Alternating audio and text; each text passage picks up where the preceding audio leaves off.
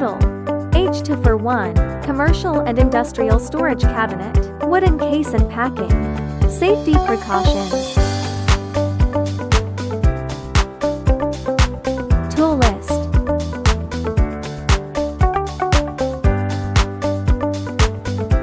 Requires 2-3 personnel or manpower. Remove the top plate. Use an electric screwdriver and 8mm socket to remove the fixing bolts of the top plate, and then remove the top plate. Remove the side panel. Use an electric screwdriver plus 8mm socket to remove the fixing bolts of the side panel and take down a total of 4 side panels, front or rear or left or right. Remove the fixing bolts between the energy storage cabinet and the wooden box bottom support. Use a 2 pieces 18mm bobbin and wrench to remove the fixing bolts, with 4 PCS bolts on each side.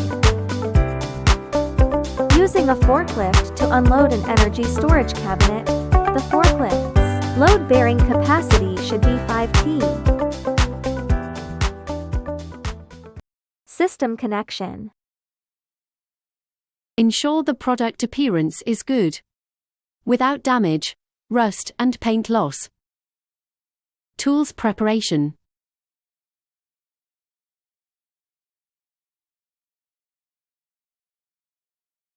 Cable preparation.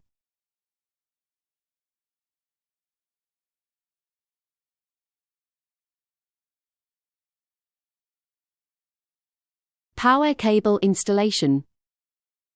Wear 1 kV insulated gloves. Ensure all power switches are in off position. Except SPD switch. Use an electric screwdriver to remove the PVC protective cover and metal cover. Use a screwdriver and wrench to remove the M6, M8, and M8 hex socket head screws. Install the PE conductor first. Route cable through the bottom of the cabinet. Connect to the correct port. Reinstall the M6 screws. Perform torque calibration using a 6 Nm torque wrench. Then install the neutral conductor. Route the cable through the bottom of the cabinet.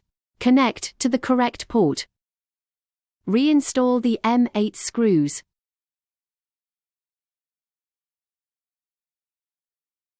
Perform torque calibration using a 15 Nm torque wrench. Install the diesel generator, grid, and load group cables in order.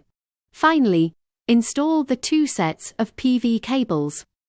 Route the cable through the bottom of the cabinet. Connect to the correct port. Reinstall the M8 hex socket screws. Perform torque calibration using a 15 Nm torque wrench. Install the black PV negative cable and others in the same way. High voltage control box B is connected to the number 1 battery box B, and the connecting copper bar is fixed with M812 combination bolts. Connect the B+ of the high voltage control box to the B+ of the number 12 battery box, and fix the connecting copper bar with M812 combination bolts. Assemble the top battery box number 6 on the right side of the cabinet, and the top battery box number 7 on the left side in series with copper bars. Then tightened with a torque meter and a 14 mm socket torque value, 1112 Nm. SIM card installation. Disconnect router power supply. Press SIM eject pin with small slotted screwdriver. Eject SIM tray. Remove SIM tray. Install SIM card. Reinsert tray. Reconnect power. External antenna replacement. Remove side antenna port cover. Place signal receiver on cabinet top. Route antenna through port. Replace the taller 4G antenna on your router. Seal port with waterproof sealant. Air conditioning drainage pipe installation. Power on. 1. Confirm with a multimeter that the grid voltage is within the predetermined range of 400 volts 1510. 2.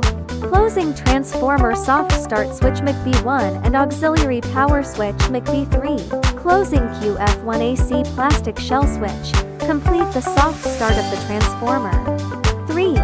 Wait for the EMS HMI touchscreen to start approximately 30 seconds. Confirm that the display is normal and there are no fault alarms. 4. Close the auxiliary power switch of the battery and the load switch of the high voltage box battery. Rotate to the on position and go to data. Battery data on the HMI interface. 5. The battery is turned on. Close QF2 diesel generator switch. Close QF3 load switch. Close QF4 photovoltaic switch. 6. Set the inverter parameters on the HMI system parameter settings interface and select the desired one on the system operating mode. Interface the required operating mode. 7. On the switch page of the HMI touchscreen, click System On to complete the startup. Power off. When the product requires daily maintenance and shutdown operation. 1. Click on the EMS HMI touchscreen switch interface and select System Off. 2. Click on the HMI touchscreen, go to Data, Battery Off. OK. The battery is turned off. 3.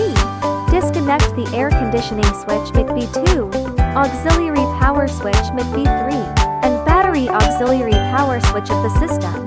4. Disconnect the main AC circuit breaker. 5.